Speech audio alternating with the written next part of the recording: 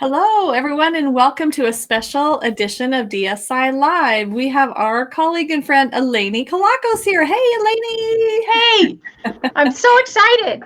I'm so excited, too. I wish I could reach through and give you a hug in this socially isolated I distance. know.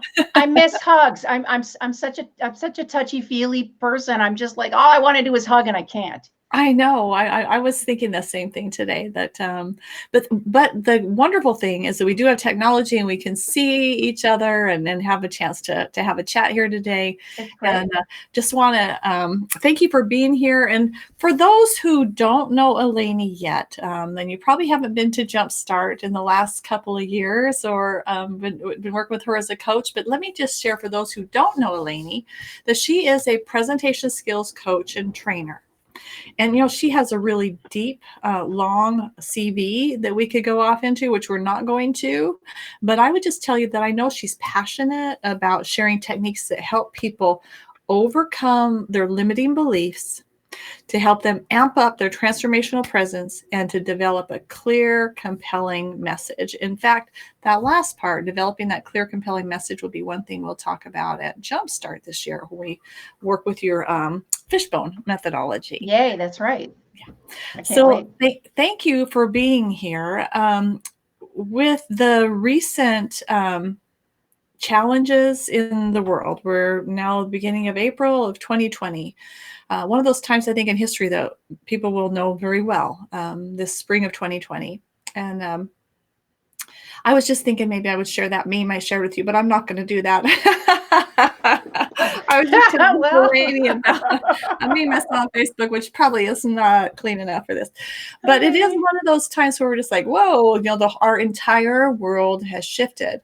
So as speakers and consultants, that definitely has affected us in very vivid ways, not necessarily bad ways necessarily, but definitely things are different.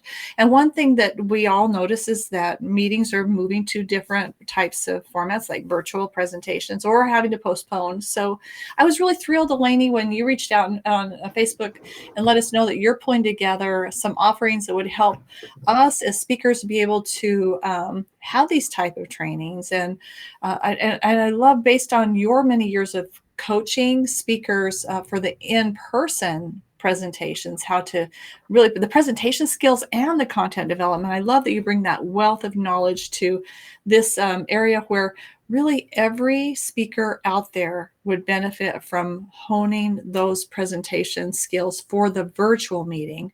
I am going to give you a chance to talk. I know I'm having a very long intro here. No, it's good. Yak away. I just want to clarify before we hop into this, because I think there's sometimes a little confusion around terms. So when we talk about a virtual meeting, we're talking about live. We're not talking about online recorded content. So for the purpose of what we're doing here today, folks, would be that we're talking about how to be able to take your presentations to those type of platform. And we have an Aloha U2, and I can't see who it is. It's got to be either Susan or Karen, or maybe both. And thank you for being here. As you tune in on Dental Speaker Institute, please do let us know you're here. I'm looking. I don't see it yet on my. We must be live. Let us know who's watching, because for some reason it doesn't show me your profile photo. So, and also, if you have questions for Eleni throughout, please just feel free to put in our comments, and we will get your questions in front of Eleni. So, all that said, let's start with, for those who are new to virtual, who've not yet used Zoom to present or any of the other platforms out there, where do you recommend people get started? What are some first steps in moving to this virtual platform? Well, step number one is taking the risk to do it. What happens is that people look at it and they think, oh, no, this is going to be incredibly confusing. It's going to be overwhelming. I've avoided doing it before. And so maybe I can avoid it just a little tiny bit more. And we're actually where we are right now in this kind of wild, wacky, really earth-shattering place in this coronavirus world. We don't have a lot of time to consider doing it. So it's about being willing to just dive in, Yeah. And For me, I spent a lot of time online coaching, and I've done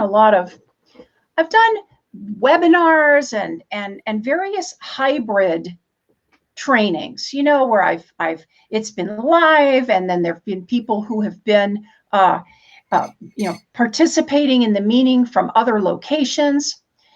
But generally speaking, I've had to learn how to do this. I mean, I'm basically a couple of big toes ahead of you. And the way that I suggest you start is pick what appears to be an interesting virtual platform like Zoom or some other one that's appealing to you, and go roll up your sleeves and explore it. Get good at one and see how it feels. That's what I say. Pick one and step in. Stick a toe into the water. That's pretty much the way I look at it. How do you put that toe in the water? Do you suggest you use like a team member? I mean, like, how do we put that toe in safely? Yeah, great question. First of all, I think it's good to just go in by yourself and just kind of poke around and see what it's all about. If you haven't used Zoom or Blue Jean, or there's so many different platforms out there that might be helpful, go just go ask around, ask your pals, what do you use and what do you like? And at least get it onto your computer, get the app, and go in there and just wander through it. And it's really helpful to get somebody that to take your hand with you and march you through it. We did that in my National Speakers Association chapter as a group. Some of us who are, we're out there speaking quite a bit, and we want to be pivoting to speaking virtually more and more, because many of us lost the live presentations or trainings that we're accustomed to doing. So we want to get even better at this ourselves. And we're professional speakers, right? Yet we want to get better. So we got together as a little group and began to train one another, if you will. We taught each other what we knew, and then we helped each other see each end of it from the point of view of a host and the point of view of someone who is on the call, who is a participator, right? Someone who was participating in it. And it was great. And we all laughed and made terrible mistakes left and right, and thoroughly enjoyed it. Oh yeah, especially right now, to be able to have that interaction on top of the learning. That's a wonderful idea, and what a great idea for jump starters to collaborate and brainstorm with those that their colleagues. Yeah, it's a great idea. And right now, in spite of the fact that Zoom it's having some issues right now. It's having some challenges right now. If you don't already know, there's some legal issues. You can go poke around and see what's going on with Zoom. But I have loved Zoom. Right. And I tend to like using Zoom, and I particularly like the meeting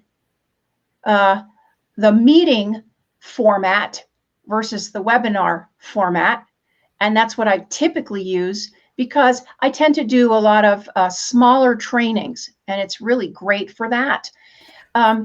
Could you clarify? I'm sorry to jump in, Eleni, but could you clarify what's the difference there? Yeah, there really is. The way I look at the difference between the two, and you can choose, you have to think about what are the types of presentations that I typically do, right? If you're doing a big keynote, right? Or you're going to do a high-level webinar with a lot of people, then I think the webinar format is the best. And there are interactive tools in there. There are little tools and toggles that allow your audience to do all kinds of interesting things, like raise their hand, or go into the chat and talk with you. Do a poll, do a quiz. That's a whole lot. It's actually really fun to sort of brainstorm around this stuff. And in that situation, we don't see everybody else, right? We just see, is that? Well, you actually can, you do, to a degree. Yeah, but really you don't have that depth of connection with them that you might in a smaller group. The way I think of using meetings is exactly that. Think of it as if you want to be able, well, for example, I do 2-day presentation skills deep dives, and I don't want more than 12 people at these. So to do one of these virtually, I'm going to choose the other format, which is meetings, because it lets me do things that I can't do in the webinar format. It lets me, for example, have these little meeting rooms, like little breakout rooms. I can divide people up into little breakout rooms. They can do interactive work together.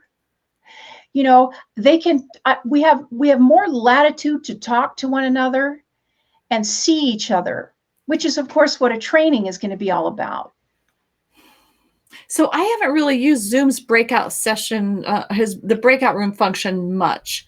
Have you had a chance to do much with Zoom on the breakouts? Because I wasn't sure how easy it was to, is it a situation where, let's say you have 12 attendees and you want to put them into 3 groups of 4. Is it a situation where you can on the fly, like put them into different groups, or could you go to like 6 groups of 2 easily while you're, let's say you're doing like a full day training. And so you're going to have some time with them. Yeah, well, there's a couple of ways that you can do it.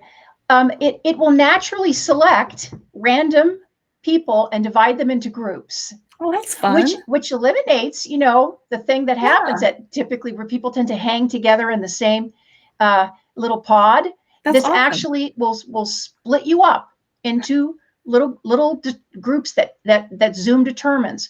You can also and you know, I have to say I have not done this yet, but according to a pal of mine, you can select who you want in what group. You can do it manually as well.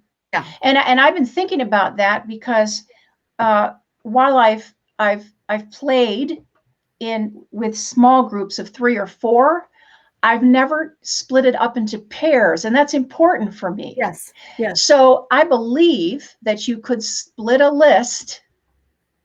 You could select, knowing how many people you have and their names. I think you can actually select it out, and it will do, and you can divide it up so that you can do that. That's an interesting thing to have to. These are the kinds of questions you have to ask yourself. Yes. You know, what are the things you love to do and need to do, and how can you then shift it to that virtual platform? And I love your idea of having this safe environment where you have other colleagues who want to figure it out too, and you guys each take turns with the oh yeah, it's function. Great.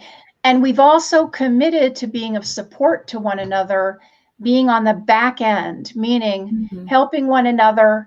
Should they book a virtual presentation, you know, one of us is willing to do the production work, which is, you know, making sure that the technology is running, bringing up a poll, all these little things, you know, that as the speaker, you really don't want to necessarily have to be dealing with. It's a really good idea to have someone who's even more savvy than you. Yeah. You know, we're speakers, right? We're speakers.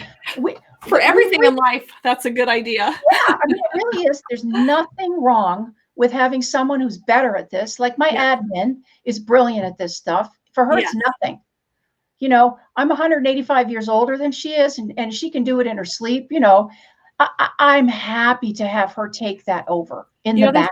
There's a real opportunity for people to carve out a niche for themselves right now. Just being a coach for how to go virtual.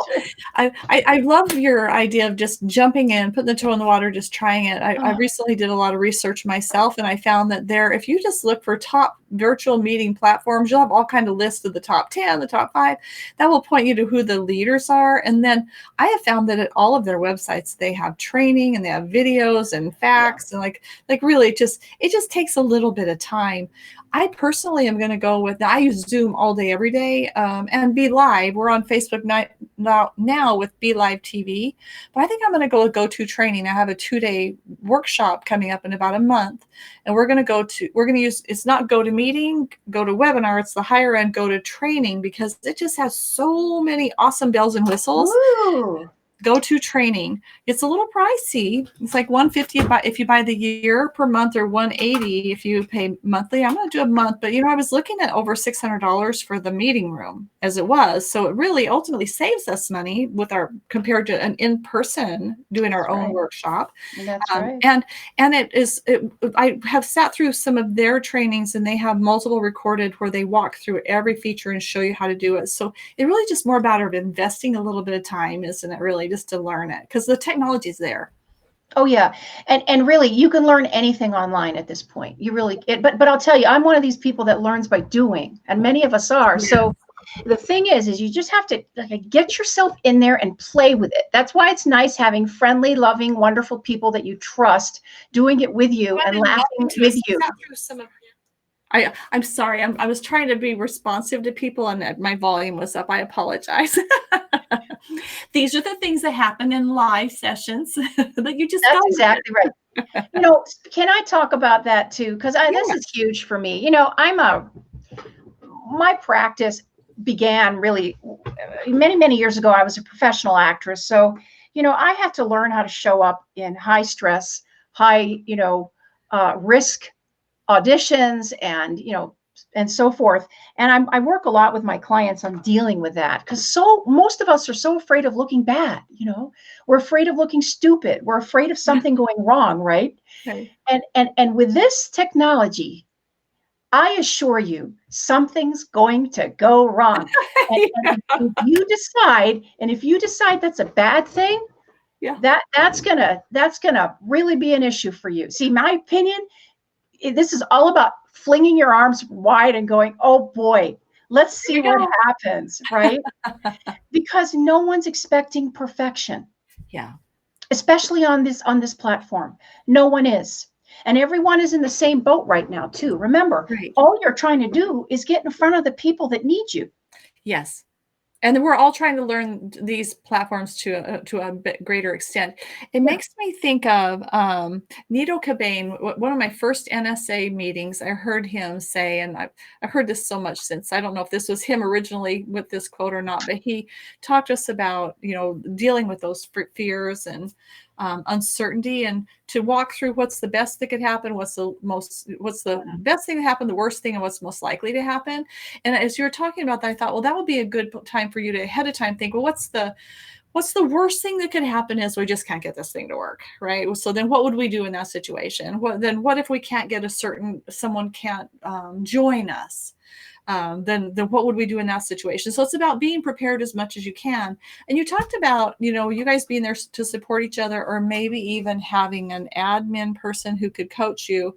But it seems like it would be a good idea to have someone who's there from your team to sit on that call. Yeah, that's actually what I meant, is having someone there doing the technical stuff. So you're not. Think of it as the production work. As presenters, as performers, our job is to be the presenter, not to be sitting there trying to read the chat while you're looking at the Q&A. Tack it on, or so and so. So then that person could do. And if you announce it up front, or if that's in your pre-planning materials for people to let them know if you have technical difficulties, reach out to Susan, my admin. Right. Exactly. And I want to say something about that too, because, interestingly enough, in this crazy time, people are. I just had somebody today reach out and ask me if I would be willing to do a webinar on presentation skills. Of course I want to do that. In my conversation with them, when we were talking about my fee, I made sure that it would include extra money for whoever might be supporting me and helping me. Yeah, so just something to think about, because you want to be able to be, generous to the person who's helping you do this too. Yeah, it's like having that extra trainer in the room when you have so many people that you need an extra set of hands. Yeah. That's exactly what it is. That's awesome. Well, I think this is a good, how to get started conversation. I'd really like to go a lot deeper, because I anticipate that our group can go out and do some digging and trying these on their own at this point, right? We kind of point them in the right direction. For me, the bigger burning question, the elephant in the room, is it's such a different environment Yeah. Instead of standing, a keynoting or a training, or even just working with a team, one-on-one with a team, when someone could be looking and smiling at me, and we all have, well, I don't know, we don't all have, but like I have millennials that my daughter can carry on a conversation and be texting and making sense at the same time. You don't know if you have their full attention, right? So how do we maintain how do we keep them with us? Oh, this is the big thing. I mean, this is it. Yeah. Well, again, I'm going to reference this. Back to my days as an actress, live theater actress. Love that audience, baby. And then I started auditioning for TV and film. And, very often you'd audition and they'd stick you in front of a camera. And I was like, I would freeze in front of a camera. And most of us do. It's like we think all of a sudden this is going to be forever, and I would sphincter up. I mean, my entire body would shut down. And I mean, seriously, it's a professional term, Vanessa. Hashtag sphincter up. I had to learn how to do this. And when I moved to LA, when everything there is TV and film, I actually took an audition class, a television and film audition class, to help me learn how to make love to the camera, really, because in truth, it's about being able to be in a relaxed, breathing body, comfortable, relaxed, and breathing, even with that camera in your face. And in my opinion, your job as the speaker in a virtual format is to start by connecting. Sometimes what I see, and I see this with webinars a lot, is I'll see people start with a slide first. And I'm like, no. Establish connection. Let them see you, and then let them keep seeing you.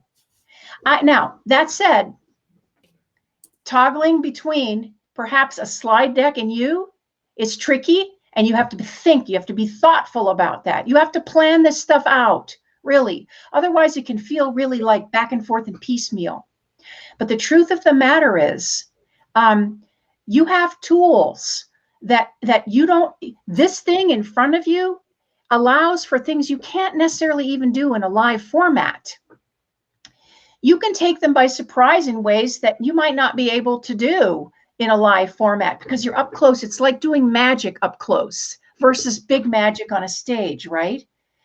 So I really believe that you have to constantly be thinking. You have to think from the point of view of the audience member. They have the attention span of a gnat when they're in front of a computer. And talking heads forever is not going to work. It really isn't. So you want to keep changing it up. And I don't care whether you're doing a live, in front of people or virtual presentation. To me, engagement is about changing it up. You have to do more of it when you're doing a virtual presentation. And that means changing your slides. I have more slides in my virtual decks than I do in my regular decks. And usually it's just one awesome picture and one line on it, 1 point. It's like one slide, 1 point, And I'm constantly trying to find ways to shoehorn in something that gets my audience to react, whether it's a poll or a quiz or an interactive, I still like to use written materials that I can send them in advance. You can get to know your audience way before you actually get in front of them. They can fill out a little poll. You can share it with them. You can even give them worksheets to fill out, while they're interacting with you, or some little thing that you have them physically do. I have even participated. I'm yakking a lot here, Vanessa. I have even participated in a really in-depth training where we wound up calling one another in pairs, picking up the phone and calling each other to do work together, and then rejoining the webinar or the training experience. the sky's the limit if you're willing to play, Yeah. you know? Yeah. But always you have to keep coming back to the audience. Always it's about that audience, you know? And the word you is a good one. Oh, You know, you, what do you think? When I help people put presentations together, I always, and some of you who I've worked with who may be on this call know what I mean when I say what a turnaround is or an aha moment. You know, I like to set up the points I'm making so that there's a moment in there where I might have made the point, and maybe I've established it with a story, and then I've made the point, and then I've put some evidence around that point. I'm always going to look at that audience and I'm going to go, so what about you? What do you know about this? It's that doesn't go away just because you are on a virtual format. Right. So that's what I was just going to ask is, so what I'm hearing you say is we think about the adult education, the adult learning techniques that we know we need to have in a live session. And we need to figure out how to be sure to bring those in a format that would fit, and probably then some, right? So we talked about, we could do some breakouts, we can do some pair shares, we can do quizzes and polls and increased slides. So, Yeah, that's a great, there are so many things that you can do, and it depends on what you're doing. I was out of the corner of my eye. I can see that somebody here is asking about what's too long for a webinar, and part of what you have to figure out is what are you doing? Is it a keynote? Is it a training? Yeah. Is it a seminar? Yeah. How much interaction do you get to have? How big is the audience? How big is the audience that you're allowed on the platform that you're using? Like, I have a pro version of Zoom. I can work with up to, I think I want to say it's like, like 500 or 1,000. Like a really large number. The webinar is larger number than the meeting. So, but I don't think for a webinar, like a kind of what I would consider a standard webinar, I think an hour, and with some time in there for questions. And I think shorter is better. Like, I would rather take a training that I would do that's an all-day training and break it up into 2-3 hour formats over 2 days. So thank you. So my was going to be in person 2 days meeting will now be a 2-day virtual. And so I got a 3-hour morning, a 3-hour afternoon with a 2-hour lunch. That's and we good. do that both days because it's a lot of content. But what my intention is, and I would do this in person too, is when we get about 50 minutes in, we're going to take a break. So it's like, I think it's going to be important people get up, they move, because we can't just sit for 3 hours and then do that again in the afternoon. I mean, it's too hard. But I wanted to shout out. Here's the real thing. I'm watching for the cat that's going to sneak in here. I want to shout out to Susan and Karen and Sarah, Penny, Jane, Angela, Lee, John, Suzanne, Bob, Candace, Segal. We've got a bunch of people watching and really enjoying this. And thank you guys for being here. And we've got some waves going on. And thank you for being here. And appreciate your questions. Karen has asked us, what are your top 3 tips? We're going to circle back around to that before we are done here with a kind of a recap. So, other ways to engage, or there are other ways to make sure that we, like, especially if we're doing, many of us do have full day programs or 2-day programs that we're going to try taking to this. And that's a lot, right? So we've talked about like an hour. Do we have other suggestions on how do we keep them engaged and not uncomfortable? But then also, here's another thought. How do we encourage the networking? So if we had come in person, we'd go out to lunch together, go to dinner. Are there ways that we can encourage them to be able to get to know each other? That's a brilliant question, and something I've been really exploring too, because one of my favorite things that I do involves a lot of that. And everyone's asking this question, really. I think that, first of all, Vanessa, can I just comment on how you're going to do your weekend? Yeah. I think that having those 2 hours in the middle matters. I think that people need more space and they need more breaks in this kind of scenario. I really do. And we have to build them in. They may even need a little less content. It's a lot to take in. You know, you'll find out when you do it, just as I will, because I can't, it's very hard for me to do improv skills, you know, in a group format. I'm telling you, there are things that I go, okay, what can or can't I do? There Yeah. are some things that get limited. I have to figure out how can I do that? And part of what is so beautiful are the lunches and the dinners. Now, that said, I know that Mark LeBlanc is having, you know, a virtual dinner, and people will be basically, you know, eating and talking.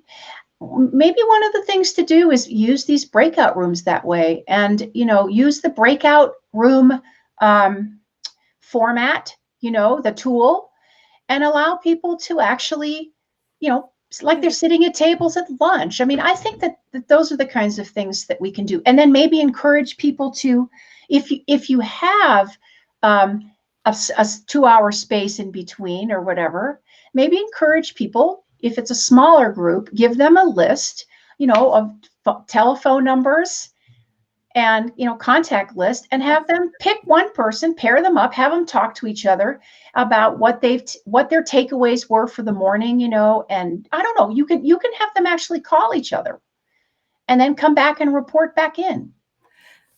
Or just put them off into pairs. Exactly. Just go have them go chat. Yeah. Yes, So have them go yak.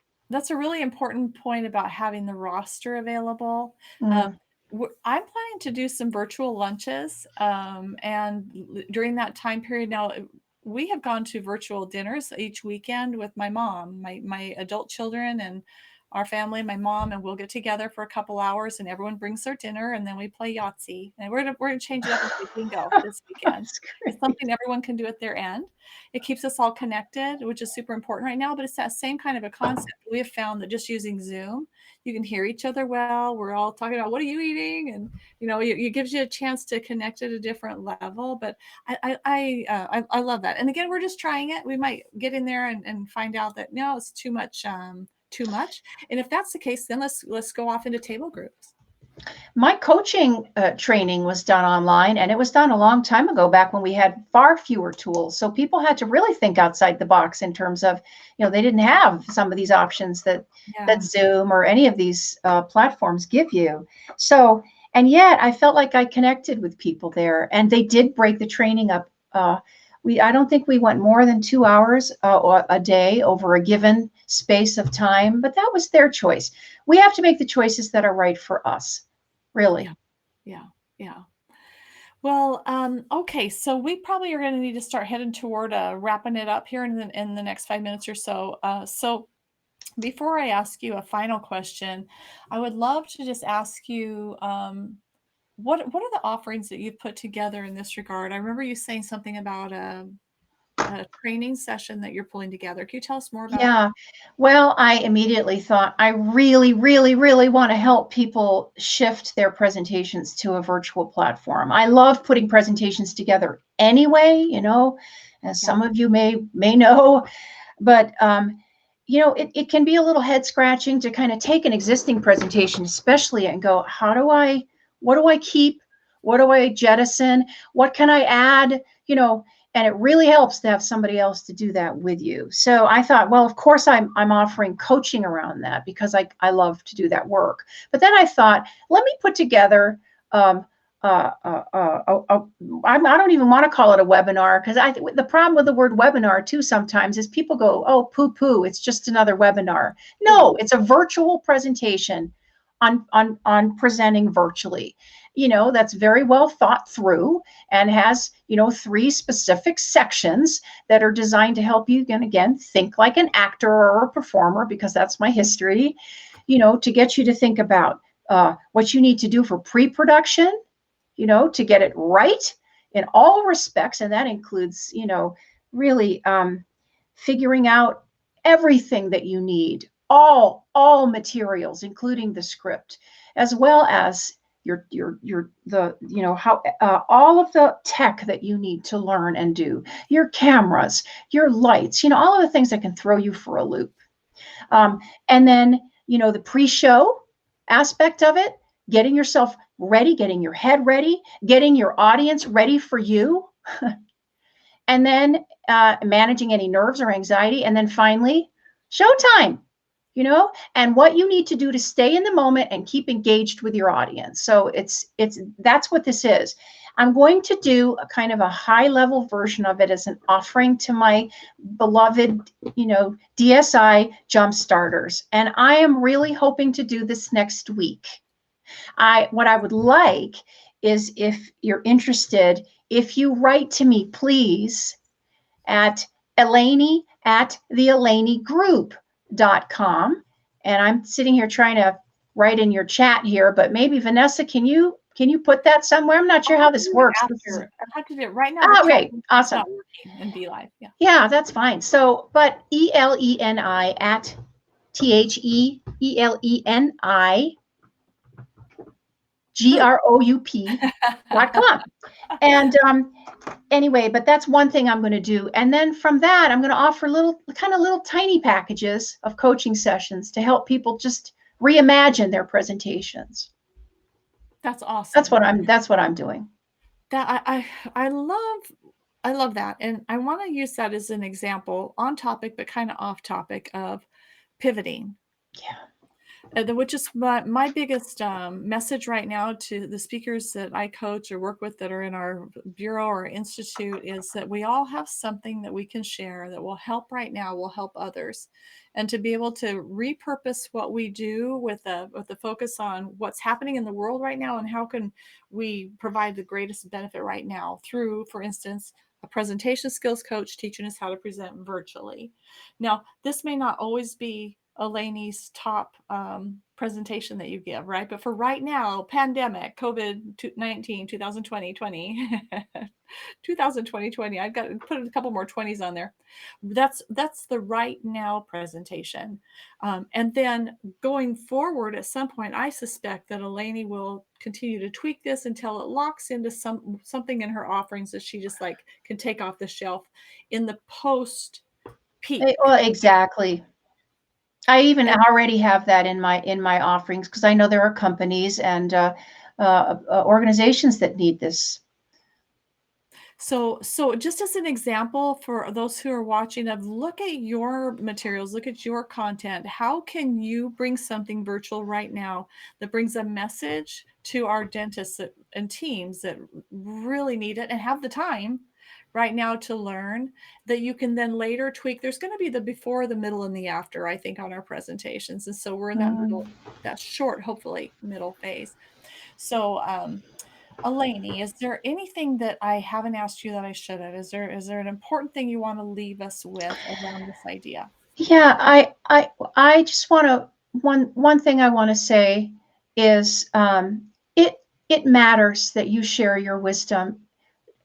Don't give up on that, because there are people out there that truly need what you have to offer, and use this virtual platform as a way of reaching them. Find out what they need and share it with them. And if there were one thing, one big tip that I would want to suggest around working virtually, is to think like an actor and practice. Practice before you do it. Stumble around with your tech, do a dry run, do a dress rehearsal, and then practice by doing it live. Be willing to fall on your tush, get up and try again. That's how you're going to get good at this. Yeah. That's really good advice. I hadn't thought about really doing the dry run through, before your first time, just to make sure that you can pull up that pole on the fly and all that. That's right. That's fabulous. Well, great words of advice. And you know what we didn't answer was, Karen had asked, could you give us a quick, just like a 1, 2, 3, top 3 tips or considerations transitioning, top 3 tips or considerations for transitioning from live to online. So top 3 tips. We talked about establishing first we talked about how about I repeat back to you the 3 you gave us? That sounds great. See if I learned. One was to like figure out your platform. And then you gave us established connection and for engagement to keep changing it up and promoting the engagement through the different tools we have. Are those the top 3? Did I miss anything? Yeah, no, actually, we could go deep with any one of those things. Your job is to establish and maintain what I call the sacred 8, that beautiful 8, that connection of energy and communication that goes between you and your audience, whether it's virtual or not. And all 3 of the things you mentioned, Vanessa, those are all really critical. Yeah. Well, thank you for bringing critical, timely, important information to our Dental Speaker Institute group. We will reach out to you, Eleni, at theelenigroup.com. We'll put that in the comments. Reach out to Eleni about finding out about the program next week. Do you know you'll be doing something through a Zoom or something where? Yeah, I'm going to do it through Zoom. I'm just trying to establish a time when I can do it with my admin. Got it. And then you can let us know. I will. And that's your gift to the industry, right? That's your hey, come and we have this. It really is. I'm going to offer it to those that I love and value, which basically is you. You and you you know, and you you and you and you and you and you. You and you. Exactly. We all win. That's awesome. That's awesome. So thank you for doing that. Thank you for using your time right now to really help nurture us. Thank you everybody for listening in. We had a great group here. Love you guys. Hope everyone is doing well. Hang in there. We're going to get through this together. We're going to be stronger as a result. What's on the other side of this can be as amazing as we want to make it. Absolutely.